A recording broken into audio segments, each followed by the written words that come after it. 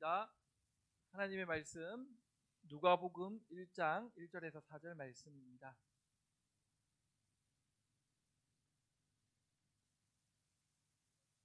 한 절씩 교독하겠습니다. 제가 먼저 한 절, 그리고 여러분이 한 절, 그리고 4절은 함께 읽겠습니다. 우리 중에 이루어진 사실에 대하여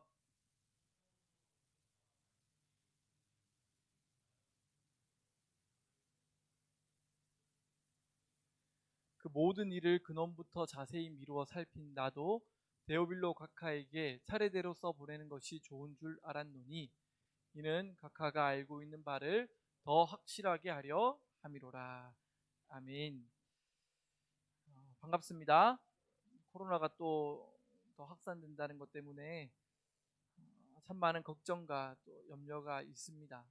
그런 가운데 예배 드리는데 특히 마스크 잘 끼고 예배 잘 드리셨으면 좋겠고, 오늘은 우리 임원들도 뭐 근무로 휴가로 여차저차 빠진다고 해서 오늘은 정말 작은 인원이 모여서 예배 드리겠다 생각을 했어요.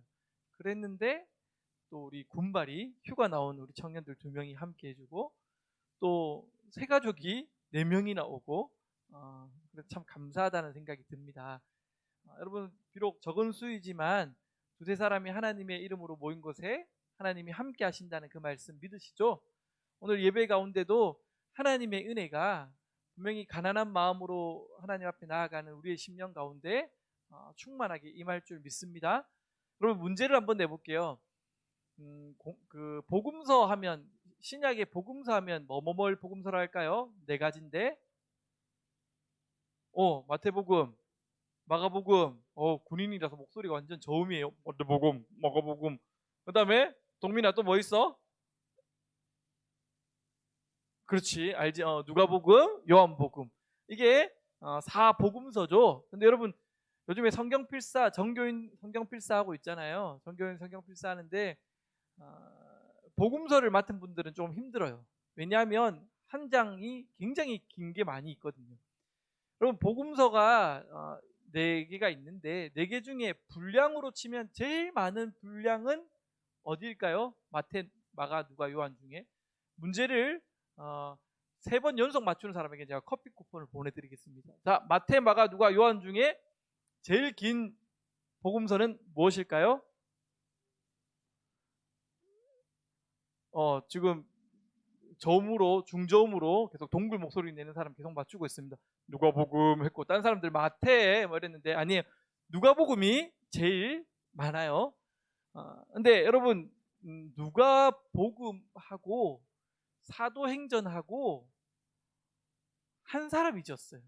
그래서 이 누가복음하고 사도행전을 그 사람의 이름을 따서 무슨 행전이라고 하는데, 여러분, 이 누가복음은 누가 썼는지 알아요? 중저음 목소리 완전 똑똑해요. 누가복음은 누가 썼는지 알아요? 하니까 누군지 모르니까 사도행전 쓴 사람이 썼대요. 방금 제가 한 말을 그대로 돌려가지고, 그러니까 사도행전 쓴 사람이 누구예요? 그럼 또 누가복음 쓴 사람이라고 이렇게 이야기할, 아주 똑똑한 나이인데 누가복음하고 사도행전을 쓴 사람이 누굴까요? 제가 계속 답을 가르쳐주고 있어요. 누가 썼을까요? 누가가 썼어요. 누가가. 도둑이 제일 싫어하는 아이스크림은, 죄송합니다, 누가봐 뭐 이런 건데, 아무튼 누가라는 사람이 누가복음하고 사도행전을 썼어요. 근데 이 분량이 얼마나 되냐면 신약 성경의 4분의 1이 넘어요. 그러니까 엄청난 양을 한 사람이 썼다는 거예요.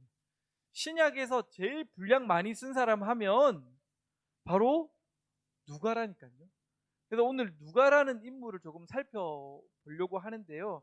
여러분, 이 누가복음을 쓴 저자 누가는 어떤 직업을 가지고 있었냐면요. 말씀 한번 읽어볼게요. 함께 읽겠습니다. 사랑을 받는 의사 누가와 또 데마가 너희에게 문안하느니라. 여러분, 직업이 뭐였다는 거예요? 의사였다는 거예요. 그러니까 이 당시에도 의사라고 하면요, 지식인층이잖아요. 굉장히 이 누가는 지식인층 중에 한 명이었어요. 그래서 이 글을 쓰는 데 있어서 헬라 철학에 능해서 많은 이 헬라 철학 문화에 사는 사람들에게 복음을 아주 잘 설명했던 사람 중에 한 사람입니다. 그런데 이 누가라는 이름에서 알 수 있듯이 이 누크, 이 사람은요 헬라식 이름을 쓰고 있었어요. 그러니까 다른 말로 하면 유대인이 아니라 어떤 사람이라고요? 이방인이었다는 거예요. 여러분, 복음서를 쓰기에는요 예수님의 12제자에 속하는 사람도 아닙니다. 여러분, 누가복음을 썼다고 계속 예수님의 제자 중에 누가가 있다 생각하는데 12제자 중에 누가는 없습니다. 그러니까 유대인도 아니고 예수님의 12제자에 속하는 사람도 아닙니다.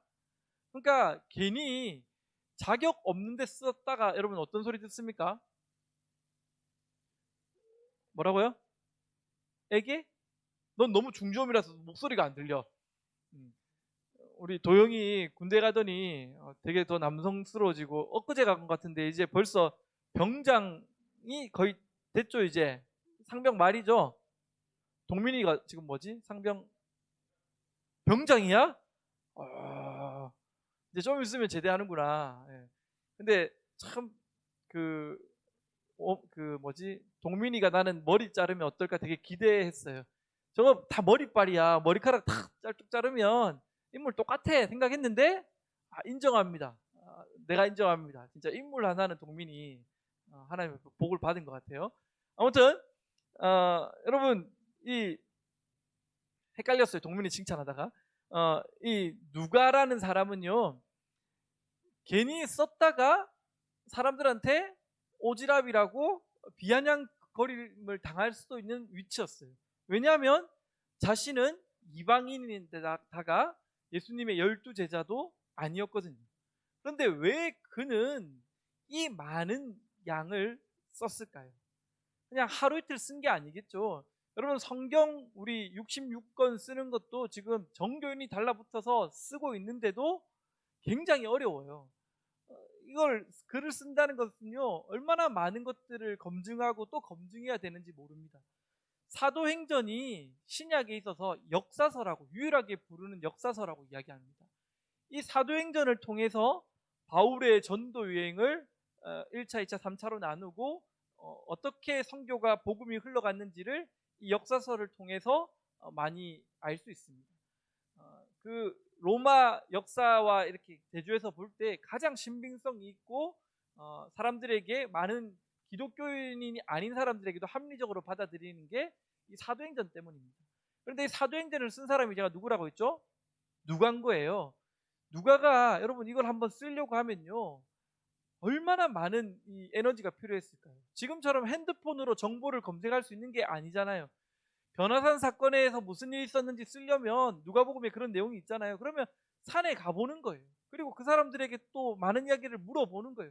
그러면서 놓치는 게 있는가 여러 가지를 검토하면서 하나하나를 써내려가는 거예요. 여러분 보통 일이었겠습니까?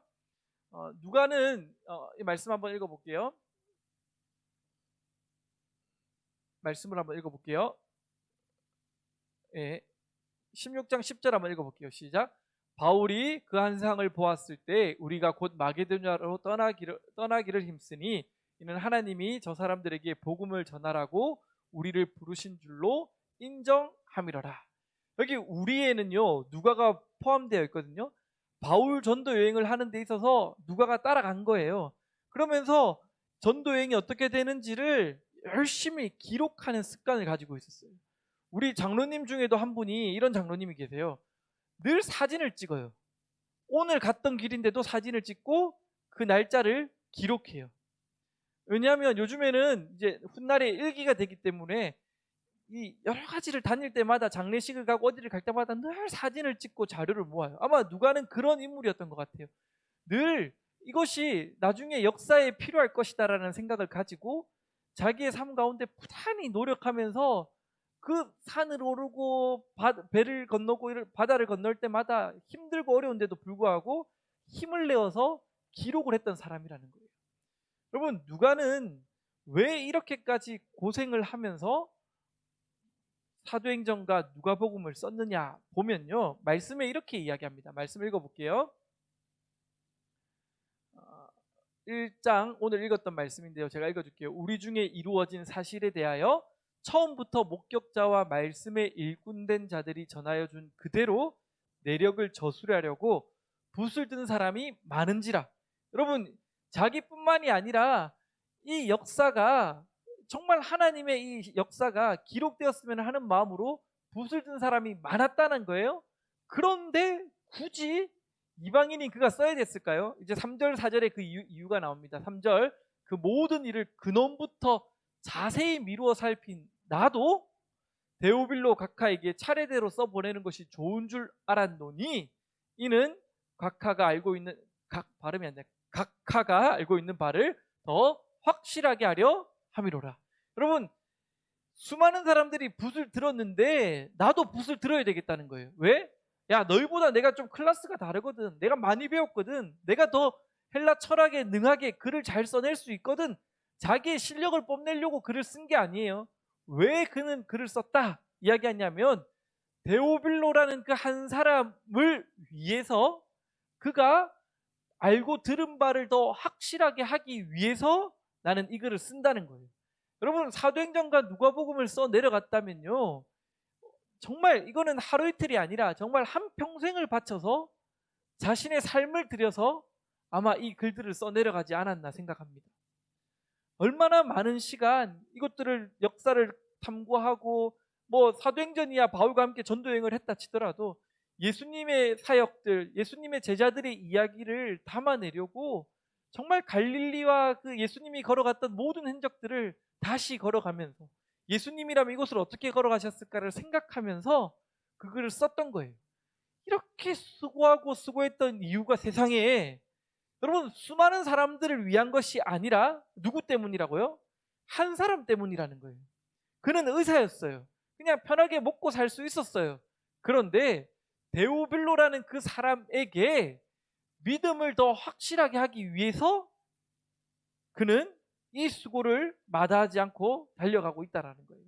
여러분, 이 확실하게라는 해당하는 헬라어가 아스팔트인데요. 여러분, 이건 로마의 도로를 뜻하거든요. 여러분, 로마의 여러 가지를 자랑할 수 있지만 로마의 그 문화 중에 정말 으뜸되는 것 중에 하나는요, 뭐 도서관도 있고 여러 가지가 있겠지만 길입니다. 뭐로 가도 로마의 길은 통하잖아요. 로마는요, 그 당시에 말할 수 없는 멋진 길들을 이렇게 만들어 내었습니다. 내구성이 너무 튼튼해서 지금까지도 이 길을 쓰고 있다고 합니다. 여러분, 제가 논문을 한번 찾아보니까 이 돌로만 만든 게 아니라 밑에는요, 토목 공사를 쭉 했다는 겁니다. 최고 8층까지 그 당시에 이 공사를 하는데 반듯한 돌을 이렇게 깔고 나서 자갈을 뿌리고 석회석으로 단단하게 굳히고 뭐 이러면서 정말 이 로마에 예를 들어서 다른 뭐 반란이 일어났다 그러면 마차가 가야 되고 군대가 가야 되잖아요. 근데 뭐 땅이 막 진흙져 있고 이러면 마차가 막혀버리잖아요. 모든 것들을 평화를 지키기 위해서 평정하려면 길이 나 있어야 되거든요. 그래서 로마는요, 도로를 정말 잘 반듯하게 탄탄대로로 쫙 깔아놨어요. 그래서 뭔가 문제가 생기면 바로 군대가 투입될 수 있도록 만들었다는 거예요. 확실하게라는 단어를, 아스팔트라는 단어를 쓰고 있어요. 무슨 말이냐 하면 데오빌로라는 이 한 사람이 여러 가지 글들을 보고 있지만 내가 자세히, 근원부터 자세히 미루어 살핀 내가 당신의 삶과 당신의 문화와 당신의 수준에 맞게끔, 눈높이에 맞게끔 글을 써서 뭐 하고 싶다고요? 당신의 믿음을 흔들리지 않는 굳은 이 탄탄대로로 만들어 버리고 싶다는 거예요. 한 사람의 신앙을 위해서 그는 자기의 삶을 던지고 있습니다. 한 사람의 눈높이에 맞춰서 그를 섬기기 위해서 엄청난 수고를 하고 있더라는 겁니다. 여러분, 여기에서 우리는 배워야 합니다. 한 사람의 눈높이로 낮아지려고 하는 것, 그게 누군가를 믿음을 든든하게 세워갈 수 있다는 거예요. 내 수준에서 이야기하는 것이 아니라 연약하고 지금의 신앙의 기초라고 생각하는 사람의 눈높이에 맞춰서 이야기하고 또 삶을 살아내려는 모습이 여러분 우리에게 필요한 것 같습니다. 유치부나 아이들의 수준에 맞춘다는 건 굉장히 어려워요. 어떻게 하면 이 말씀을 잘 전할 수 있을까? 그 눈높이에 맞출 수 있을까? 계속 고민해야 되는 것 같습니다.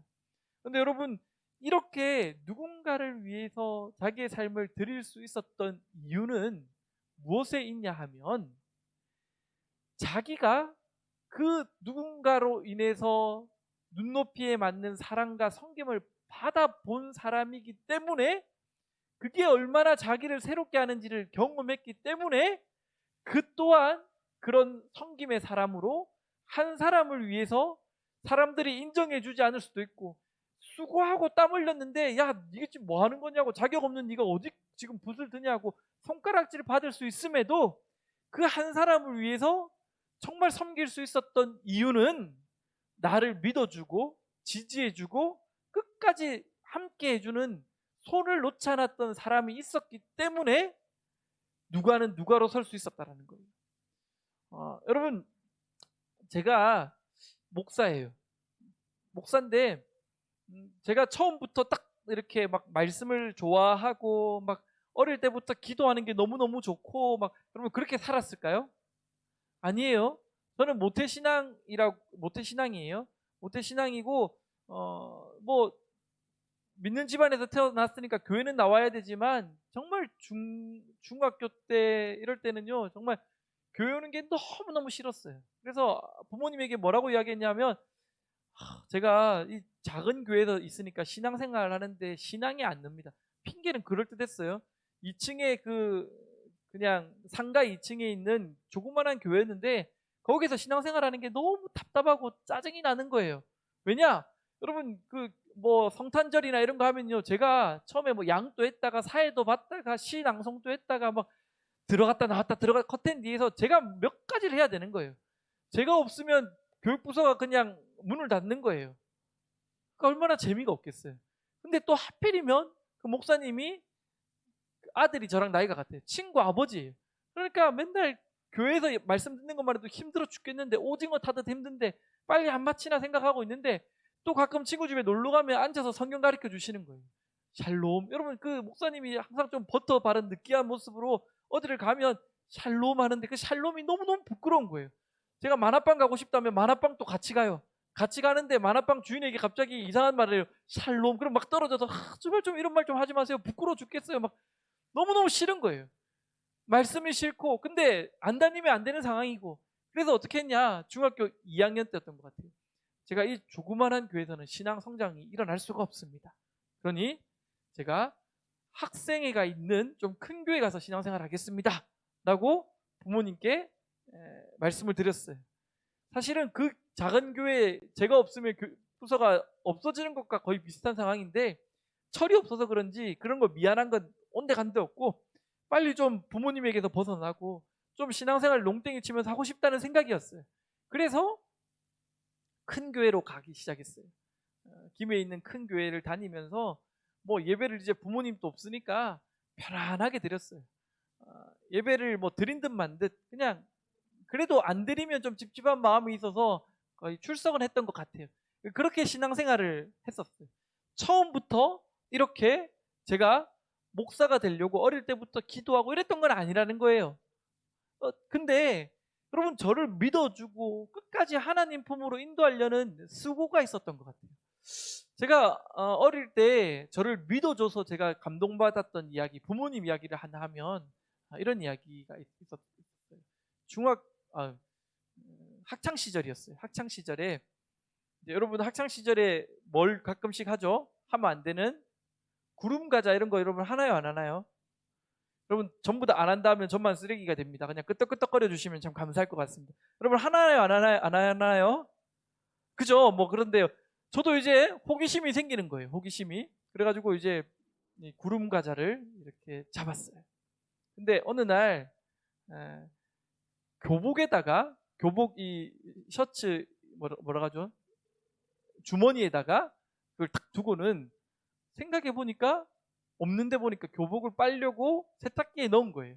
세탁기에 넣고 학교 마칠 때쯤 돼서 없는 걸 기억하고는 생각해 보니까 빨래를 세탁기에 넣었는데 이게 빨래가 돌아가면 그게 탁 재가 돼가지고 엉망이 될 거고 이제 큰일 날 거라는 생각이 드는 거예요. 그래서 정말 그 여름에 열심히 집에서부터 학교에서부터 집으로 달려갔어요. 집으로 달려갔더니 어머니가 뭘 하고 계시느냐. 빨래를 이미 하시고 빨래를 널고 있는데 아직도 기억나는 게 그 모습이에요. 이제 난 죽었구나 하고 이렇게 갔어요. 갔더니 어머니가 뒤로 돌아서 빨래를 이렇게 탁 털고 있는 거예요. 털고 있는데 아들이 온 걸 알았을까요? 몰랐을까요? 제 생각엔 알았던 것 같아요. 근데 그렇게 이야기를 하시는 거예요. 빨래를 탁탁 털면서 누가 우리 아들 교복에다가 이렇게 담배를 넣어가지고 이게 하면서, 보통 저는 이놈이 자식이 막 이렇게 막 난리가 날 줄 알았는데 등을 돌리고는요, 빨래를 털면서 누가 우리 아들 옷에다가 담배를 넣어가지고 이렇게 하면서 이렇게 이야기하는데, 제가 그 어머니의 이야기 뒷모습을 보면서 나를 이렇게 믿어주는 분한테 내가 이러면 안 되겠다라는 생각이 들었어요. 여러분, 뭐 단적인 예를 하나 들었지만 수없이 믿어주고 엇길로 가려고 할 때마다 또 믿어주고 또 믿어주는 그 사랑이 있었기 때문에 하나님 사랑을 경험했고, 청소년 사역을 하다 보면요, 진짜 청소년 애들은요 말을 안 들어요. 특히 조금 좀 이렇게 비행 청소년처럼 많이 이렇게 활발한 친구들을 만나면요 굉장히 어렵습니다. 믿어주고 밥 사주고 막 챙겨주고 막 목사님 자비가 없어요 돈 주고 막 다 해놓으면요 진짜 열심히 할 것처럼 해놓고 할까요? 안 해요. 그리고 또 뭐 한 달쯤 있다가 교회 와가지고 막 사고를 치고, 막 어떨 때는 밤에 경찰서에서 와가지고 막 전화 와가지고 목사님 저 좀 데리러 와주세요. 그래서 전사 때죠. 가서 애를 또 타이르고 저녁에 밥 먹여가지고 너 그러면 안 된다 막 이야기를 하면 눈물을 뚝뚝 흘리면서 이젠 진짜 안 그럴게요 이야기해놓고, 한 달이 뭐예요? 일주일이 뭐예요? 또 사고를 치고 또 문제를 일으키고. 그래서 사역하다 보면요, 청소년 사역하다 보면요, 믿어주고 배신당하는 게 늘 일상이었던 것 같아요. 그런데 여러분, 제가 그럼에도 청소년 사역을 할 수 있었던 이유가 뭐냐면, 나를 끝까지 믿어준 그 사랑을 내가 경험해 본 적이 있거든요. 그래서 이 사람이 변할 거라는 기대를 가지고 그 사람을 위해서 기도하는 거예요. 근데 여러분, 진짜 뭐 제 자랑 같지만 지금 또 연락 오는 아이들이 있어요. 지금 제가 처음 사역했을 때가 뭐 10몇 년이 지난 그때 아이들이 신앙생활 하면서 연락이 와요. 그럴 때면 그건 저의 면류관 같고 너무 기분이 좋아요. 여러분, 한 사람을 믿어주는 것 정말 쉬운 게 아닙니다. 한 사람을 위해서 내가 헌신한다는 것 너무너무 어려운 일입니다. 그러나 여러분, 이 한 사람을 위한 것은요, 수많은 열매를 맺는다는 것을 성경을 통해서 또 내 삶을 통해서 경험하고 고백하게 됩니다. 여러분, 여기에 있는 청년들이 정말 누군가를 위해서 그 한 사람을 천하보다 귀하게 여기고 사랑하며 섬길 수 있는 자리로 나아갈 수 있기를 축복합니다. 그러려면 먼저 무엇을 해야 되느냐? 내가 먼저 하나님 앞에 용납되어지고 받아들여졌던 그 하나님의 은혜를 내가 경험해야 내가 먼저 그 한 사람을 위해서 섬기는 자리로 나아갈 수 있다는 것을 기억하십시오. 여러분, 우리의 마음에는요, 우리의 힘에는요, 누군가를 섬길 수 있는 능력이 없어요. 내가 더 받고 싶고 내가 더 가지고 싶고 내가 더 누리고 올라가고 싶지, 내 것을 가지고 섬기는 거 그거 쉬운 일이 아니에요. 나의 힘으로 할 수 있는 게 아니라니까요. 어떻게 해야 되느냐? 하나님의 은혜를 경험해야 섬김의 자리로 나아갈 수 있다는 거예요. 여러분, 그 섬김이 한 사람을 바꾸고 그 공동체를 바꾸는 일들로 나아가게 되는 줄 믿습니다. 누가는 한 사람을 위해서 복음서를 썼어요. 사도행전과 누가복음을 썼어요. 그런데 많은 오늘날 기독교인들에게 역사서가 되어서 예수님의 시대와 초대교회가 어떤 모습이었는지를 복원하고 기억할 수 있게끔 하는데 너무 큰 자료를 준 거예요. 한 사람이 아니라 지금 그 한 사람 때문에 우리 많은 기독교인들이 혜택을 누리고 있다는 거예요. 여러분, 아무도 기억해 주지 않을 것 같지만 나의 섬김은 누가 보기에도 그냥 무의미한 것 같지만 하나님이 기억해 주신다는 것을 여러분 꼭 기억하시고 하나님 앞에 더 충성된 일꾼으로 섬길 수 있기를 축복합니다. 어제 무슨 청년이라는 그 청년이 무슨 우 청년이라고 있어요. 그 청년이 요즘에 우리 청년부실에서 예배를 못 드리고 있잖아요. 근데 이제 찬양 연습하고 하면서 지저분했어요. 제가 치울까 하다가 처음에 몇 번 치우니까 이게 청년들이 좀 해야 되겠다는 생각이 들었어요. 그래서 저걸 치워야 되는데, 근데 또 속으로는 임원들도 그렇고 코로나 때문에 모이기도 힘드니까 저거 어떻게 되나 한번 보자 했는데, 어제 꽤 늦은 시간에 장 무슨 청년이 보니까 청소를 한 거예요. 자기 혼자서 하고, 또 오늘은 보니까 오늘 창문을 열고 환기를 시키고 막 또 해놨는 거예요. 그것도 장 무슨 청년이 했어요. 근데 아무튼 여러분, 누군가가 이거 섬기는 거 몰라주지만 그 한 사람의 섬김을 통해서 여러분 공동체는 세워져 가는 거예요. 찬양하고 뭔가 이렇게 임원으로 섬기는 것 누구도 인정해주지 않지만 여러분들 한 사람을 위해서, 공동체를 위해서 내가 헌신하고 수고하는 것, 여러분 사람들은 몰라줄지라도 하나님이 기억해 주시면 여러분 그거면 된 것 아닙니까? 누구에게 인정받는 게 좋습니까? 저에게 인정받는 게 좋습니까? 친한 친구에게 인정받는 게 좋습니까? 인정받으면 좋죠. 그런데 여러분, 하나님 앞에 인정받는 것, 그걸 제일 갈망해야 되는 줄 믿습니다. 목회자인 저도요, 뭔가 일을 하고 나면요, 어떨 때는요 막 그런 마음이 들어요. 야, 이거 내가 했는데, 이거 대박이네, 이거 내가 뭐 한 건 했는데, 막 나라는 이름이 드러나고 싶을 때가 있어요. 그런데 처음에는요 그런 마음이 들었어요. 이거 내가 했는데 보니까 도영이가 했다고 해. 이 도영 목사님이 했네, 뭐 이러면서 도영이한테 넘어가. 그럼 제 마음이 어떠냐면, 내가 했는데, 속으로 말은 못하지만 속으로 좀 섭섭하고 그랬어요. 사람이라서 그럴 수 있어요. 그런데 그럴 때마다 어떤 마음이냐면요, 이럴 때이면 어떻다? 하나님 앞에 더 칭찬받을 수 있고 하나님의 상급이 더 크다라고 생각하면 내 마음에 위로가 돼요. 무슨 말하고 싶냐면요, 여러분 우리가 진짜 인정받아야 될 것은 사람이 아니라 하나님 앞에 인정받아야 될 줄 믿습니다. 단 한 사람을 위해서 섬기고 내가 먼저 헌신하고 사랑하는 것, 하나님이 기억해 주실 줄 믿습니다. 하나님이 힘을 주시면 별것 아닌 것 같은 그 섬김 가운데 놀라운 생명의 역사가 일어나게 된다는 것을 기억하십시오.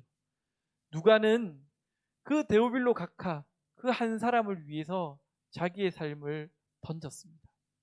그리고 데오빌로 각하를 하나님의 사람으로 바꾸었고, 그 사람으로 인해서 수많은 사람들이 하나님을 믿게 되었고, 오늘날까지도 복음의 그 은혜를 우리가 잊고 있더라는 겁니다. 여러분, 하나님 앞에서 더 주님의 사랑을 알고 또 사랑을 나눌 수 있는 우리 청년들로 세워져 갈 수 있기를 주님의 이름으로 축복합니다.